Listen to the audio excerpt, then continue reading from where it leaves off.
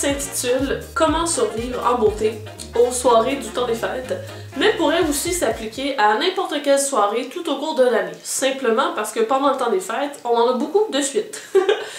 C'est que bien souvent, avec toutes les réunions familiales, les parties entre amis et tout ça, on se couche tard, on mange gras. Pour celles qui ont plus de 18 ans, on boit de l'alcool et ça fait en sorte qu'on a le teint très terne, on est cerné, on est déshydraté, bref, on fait dur, en bon québécois. Et il y a quelques astuces que je vais vous partager pour retrouver un teint de pêche, donc pour avoir l'air plus dans son assiette et être plus joli pour les soirées subséquentes, mais aussi pour se sentir mieux. Donc, il y a certaines étapes qu'on va faire avant le maquillage, parce que c'est une chose de venir camoufler, mais il faut aussi traiter le problème à la base.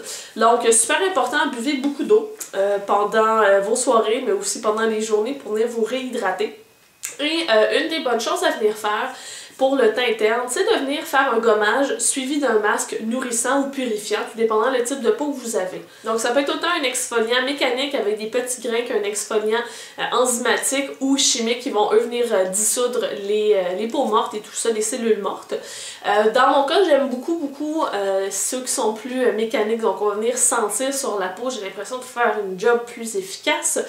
Ceux que j'aime beaucoup, c'est sûr que vous allez avec votre type de peau, mais il y a celui d'Orlan ici, qui est le gommage doux que je vous montre à l'instant. Sinon, il y a dans Neutrogena celui-ci qui est pour les peaux plus à tendance acnéique, donc qui ont des boutons. Faut pas dépasser plus qu'une ou deux fois semaine l'exfoliant à ce niveau-là. Donc une fois que l'exfoliant est fait, on va venir appliquer un masque. Si on a une peau qui est davantage sèche et terne, on va opter pour un masque nourrissant hydratant. Dans les masques hydratants et nourrissants que j'aime beaucoup, il y en a deux. Celui-ci c'est le masque crème fraîche de beauté de chez NYX et celui-ci c'est le masque anti-soif de Clarins. Celui-ci m'avait été conseillé par Tinkerbellisa. Et celui-ci par, je me souviens plus qui, mais j'aime beaucoup les deux.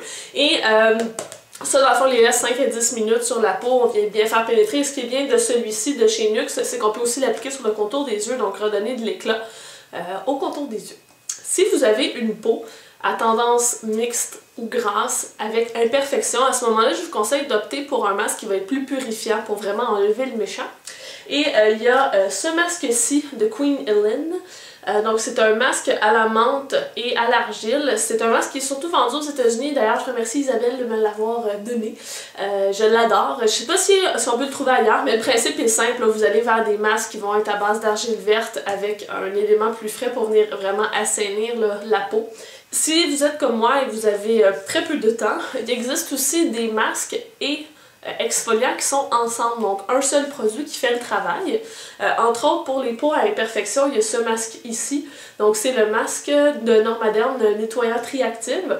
Donc on va pouvoir l'appliquer en venant faire l'exfoliation mécanique. On le laisse en place pendant un certain temps, puis après ça on le rince. Donc on a vraiment là, les deux en un.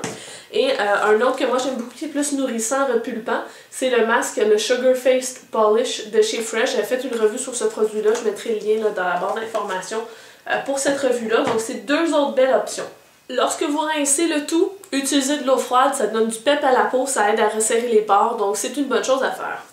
Ensuite, une autre chose qu'on a pendant le temps des fêtes, c'est de magnifiques poches sous les yeux.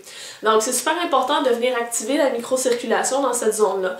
Il y a beaucoup de trucs de grand-mère, comme utiliser des sachets de thé qu'on va venir appliquer une fois infusé et refroidi sur les yeux. Ça peut être du cocombe, on a aussi là, des cuillères froides. Moi, la technique des cuillères, je suis comme pas très sûre de l'utiliser. J'ai peur que ça fasse comme en hiver avec une langue sur un poteau, là, que ça colle. J'ai peur que ça colle sur mes paupières. Mais bon, les cuillères, on les met au frigo, donc pas au congélo, ça devrait fonctionner, mais quand même. Sinon, il y a aussi des produits qui sont faits spécifiquement pour ça. Chez Clinique en a un. Moi, j'ai celui de Biotherm Homme que j'aime énormément, qu'on peut utiliser aussi pour les femmes, qui est avec des micro-billes qui vont permettre de venir faire l'application au niveau du dessous de l'œil. Donc, ces produits-là vont venir activer la microcirculation sanguine, mais aussi lymphatique. Donc, on va avoir moins de gonflement au niveau du dessous de l'œil. Et ça va permettre aussi certains de ces produits-là avec, par exemple, de la caféine, des choses comme ça, d'activer aussi la circulation sanguine, comme je l'ai mentionné, donc d'avoir légèrement moins de bleuté ou de violacé sous les cernes. Pas sous les cernes, mais sur les cernes, sous les yeux. Parfait. Ensuite, juste avant de faire notre maquillage, c'est important d'avoir une très bonne hydratation pour la peau parce que comme je le mentionnais plus tôt, souvent on est très déshydraté et c'est ce qui cause majoritairement notre teint terne. Donc une fois que toutes ces étapes-là sont faites, on va venir mettre notre hydratant favori. De mon côté, en hiver, j'ai une peau qui est très sèche et j'ai découvert récemment les sérums hydratants et je trouve que c'est génial. J'en ai essayé plusieurs et mon préféré que j'ai seulement depuis le 12 décembre, donc c'est quand même très récent, mais je sais que c'est un must dès maintenant. C'est celui de Caudalie, je vais vous le montrer. Donc c'est le sérum dans la gamme Vinosource, c'est le SOS désaltérant. Il est juste génial, je l'adore. J'avais essayé aussi celui de Vichy dans le Aqualia Thermal et j'ai essayé aussi le sérum hydratation intense de Karine Jonca. Dans les deux cas, c'était bien. J'ai préféré entre les deux celui de Karine Jonca, mais j'ai trouvé qu'après 2-3 semaines, l'impact était beaucoup moins grand qu'au début, comme si ma peau s'était habituée très rapidement à recevoir cette dose d'hydratation-là, alors que dans le cas du produit pour Caudalie, j'ai pas encore ce feeling-là. Je vous tiendrai au courant, mais c'est vraiment un must. J'ai été conseillée d'ailleurs pour celui de Caudalie par Cam Grande-Brune, donc je te remercie beaucoup pour cette suggestion-là. Ensuite de ça, vous allez venir appliquer votre soin hydratant et c'est important de ne pas oublier le contour des yeux parce que quand on est déshydraté, on va avoir plus de ridules, donc de ridules de sécheresse si on veut autour de l'œil. Donc venez vous hydrater. Et il y a une gamme que j'adore dans cette optique-là qui est de luxe aussi, c'est la gamme crème prodigieuse. Donc moi j'avais trouvé sur Outlook un espèce de kit où on avait 3 produits à l'intérieur, la crème de jour, de nuit et le contour yeux. Donc j'étais comblée, je l'ai pris. Et je les trouve géniales. Chez Nuxe, l'odeur des produits, c'est vraiment très bien.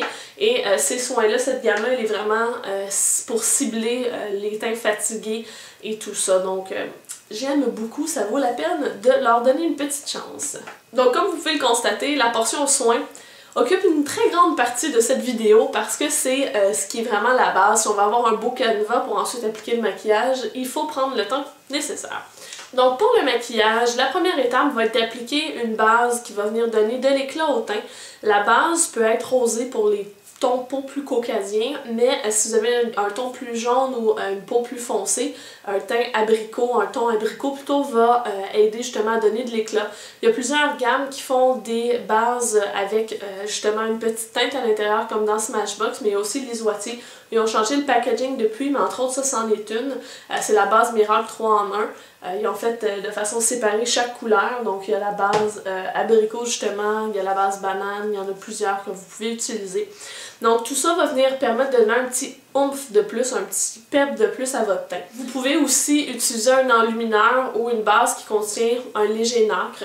Entre autres, il y a celle-ci de Kuo qui est une bébé base, c'est un peu après-teint bébé, qui est comme ceci et qu'on va venir appliquer un peu partout et qui contient des légères particules lumineuses qui vont justement venir donner de l'éclat au teint. Sinon, vous pouvez carrément prendre un enlumineur liquide que vous mélangez avec votre crème hydratante. Ça peut faire le travail aussi.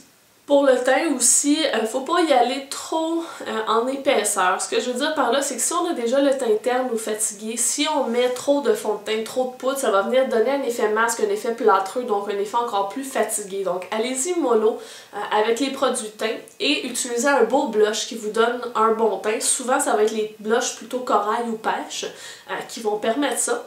Ensuite, pour les cernes, au niveau coloration, c'est important d'appliquer un correcteur. Souvent, on a tendance à appliquer tout de suite un anti-cerne, ce qui est bien les journées où nos cernes ne sont pas si foncées que ça. Mais les journées où elles sont très foncées, très marquées, ça peut valoir la peine de mettre un correcteur qui va contrecarrer la couleur, un peu comme on fait pour les boutons, avant de mettre l'anti-cerne. Pour un petite aide au niveau des différentes tonalités de cernes, il existe grosso modo à peu près 3 couleurs de cernes différentes. Il y a les cernes qui vont être plus brunes.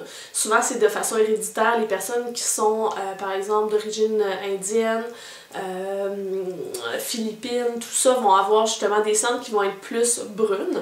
À ce moment-là, on vient les camoufler avec un correcteur qui est rosé. Ensuite de ça, il va y avoir les cernes qui sont davantage bleutées. Si c'est votre cas, utilisez un correcteur qui va être davantage orangé. Et si ce sont des cernes qui sont plus violets, donc violacées que je pourrais dire, à ce moment-là, c'est d'employer un correcteur qui va être jaune. Ensuite de ça, comme je disais, vous mettez votre anti-cerne et vous êtes venu justement contrecarrer le plus foncé de la couleur, donc c'est souvent là, au coin interne ici. Le cache-cerne que vous choisissez, l'anti-cerne que vous choisissez, tentez d'en prendre un qui est assez lumineux et qui ne reste pas dans les ridules qu'on retrouve autour de l'œil. Donc, entre autres, un que moi j'aime beaucoup, c'est le Instant Concealer de chez Clarins, qui est juste génial. Donc, en appliquant quelque chose d'assez lumineux sous l'œil, ça vient réveiller le regard. Et aussi, quand vous maquillez vos yeux, essayez de ne pas faire un maquillage qui est trop chargé.